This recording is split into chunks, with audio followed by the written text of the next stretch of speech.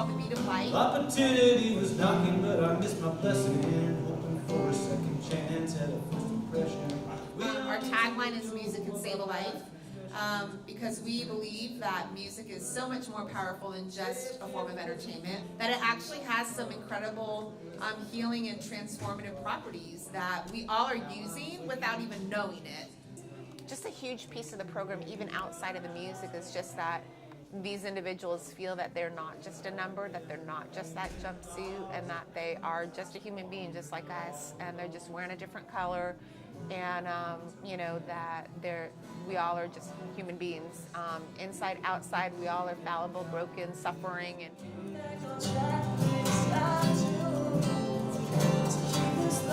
we have a few songwriters that have actually been arrested before, or that have dealt with incarceration. We have a few that have grown up with that in their family. They've had a brother or a father like myself, or we have people that have battled addiction, mental health issues. We choose songwriters that we know can come into these places and have a point of relation. So that's really our goal, is to make everybody feel like their story matters, no matter how dark of a place it came from, that it matters, and that, you know, it's called redemption songs because we believe that, you know, everybody's story can be redeemed, that there's something good that can be brought from everyone's story. My son passed away at the age of 13. He went in the hospital on December 13, 2013, and just the grieving process of between 2013 to now. It's just by the grace of God that I'm here. Hey, my name is Rose Carter. I've been here at York County Detention Center for 5.5 months, and I'm in here for PWID of cocaine and marijuana. And I've been lost for 5 years, and my prison wasn't here, or jail wasn't here. My jail was at home. When they said the beat of life, my mind automatically went to my son. Pain and hurt dealing with him. Yes, I cover it up with alcohol and many other things, because just dealing with that pain of losing a 13-year-old boy, it's hard to cope with that. Losing a kid by being a mama in his life was hard enough, but just had I lost him, if I was out there not being a parent in his life, would have been worse. I probably wouldn't be standing here. So this is a grieving process for me.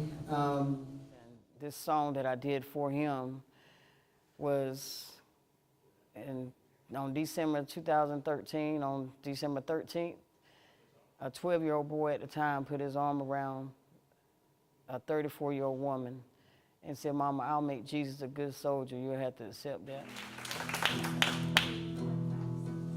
He called me Sugar Mama.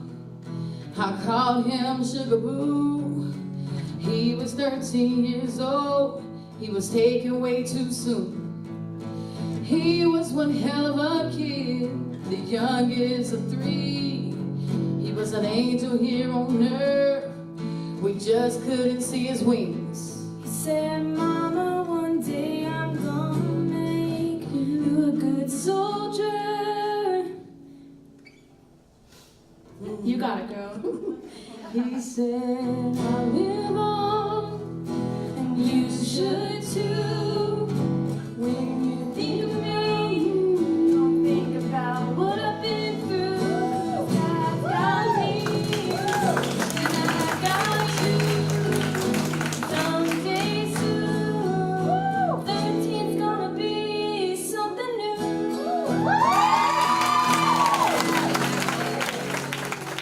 They broke me down a little bit, just digging in those memories that I buried. You know, I put my son in a box because nobody can carry that with them. When you walk in this world, when you're dealing with everyday bills and having 2 other kids and just dealing with the job stress and just everyday life, you can't carry the death of a son right there on your shoulder. The first thing she said is, "I don't want to write an emotional song." And I was like, we're writing an emotional song. Like that was my goal, is because I knew she had some deep stuff, and if people don't want to get sad, it's because they're sad.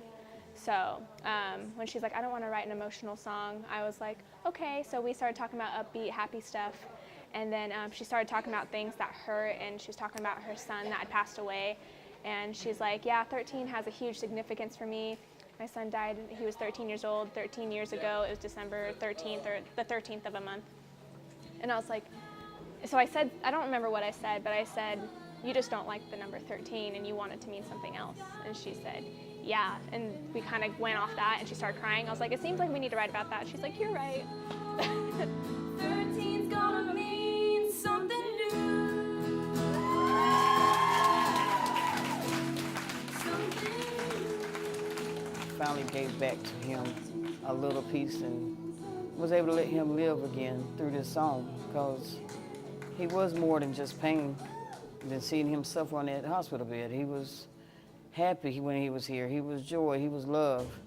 And just to take and live miserable for 5 years behind his passing was just something that, you know, just getting lost from hurt. It's so neat because actually, you know, like I said, the songwriters, they come out of our programs and they literally are just like, I mean, blasting to the world the experience that they've had in here. You warmed my heart with your story because you saw joy in your face. And I think it's funny, if I told people how many times, like I'll work with somebody that it's a blessing that I came to preach, I think it also gives you time to stop and reflect about things that maybe when you're on the outside. And this reciprocal thing where, I mean, they're just like, that song is a better song than one of the hit songs I just, you know, wrote on the radio for, you know, this such and such country artist or whatever. And because it's real life, you know, and they're not just writing something out of the air, it's somebody's actual story. And so it impacts them just as much. And they sing the praises. They a lot of times get interest in the songs that they write with the inmates because they are that good. They are that, you know, they get that hit song treatment and they get recorded in studios back in town. Wrote a really great song, and it's really about redemption, you know? And so I hope I think it's gonna help. I think it's gonna really help Anthony, and I know, like, I'm gonna be proud to present this song to everybody I know. Just a huge piece of the program, even outside of the music, is just that these individuals feel that they're not just a number, that they're not just that jumpsuit, and that they are just a human being just like us, and they're just wearing a different color, and you know, that we all are just human beings. Hope y'all like it. Woo, come on. Yeah.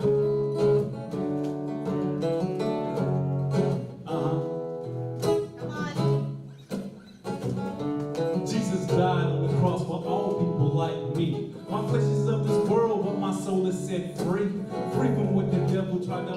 It's amazing that our own hometown sheriff believes in it, but he's in Nashville and he's around the music, and you know, so it's so encouraging to hear. And you know, and that's what Chief Hicks did, and we love him for that. And he's been your entire administration has been nothing short of an amazing experience for us. I just got to say that we really have loved this. I mean, nothing but praises to say about you guys. So we thank you so much for bringing us out. Smile on my face.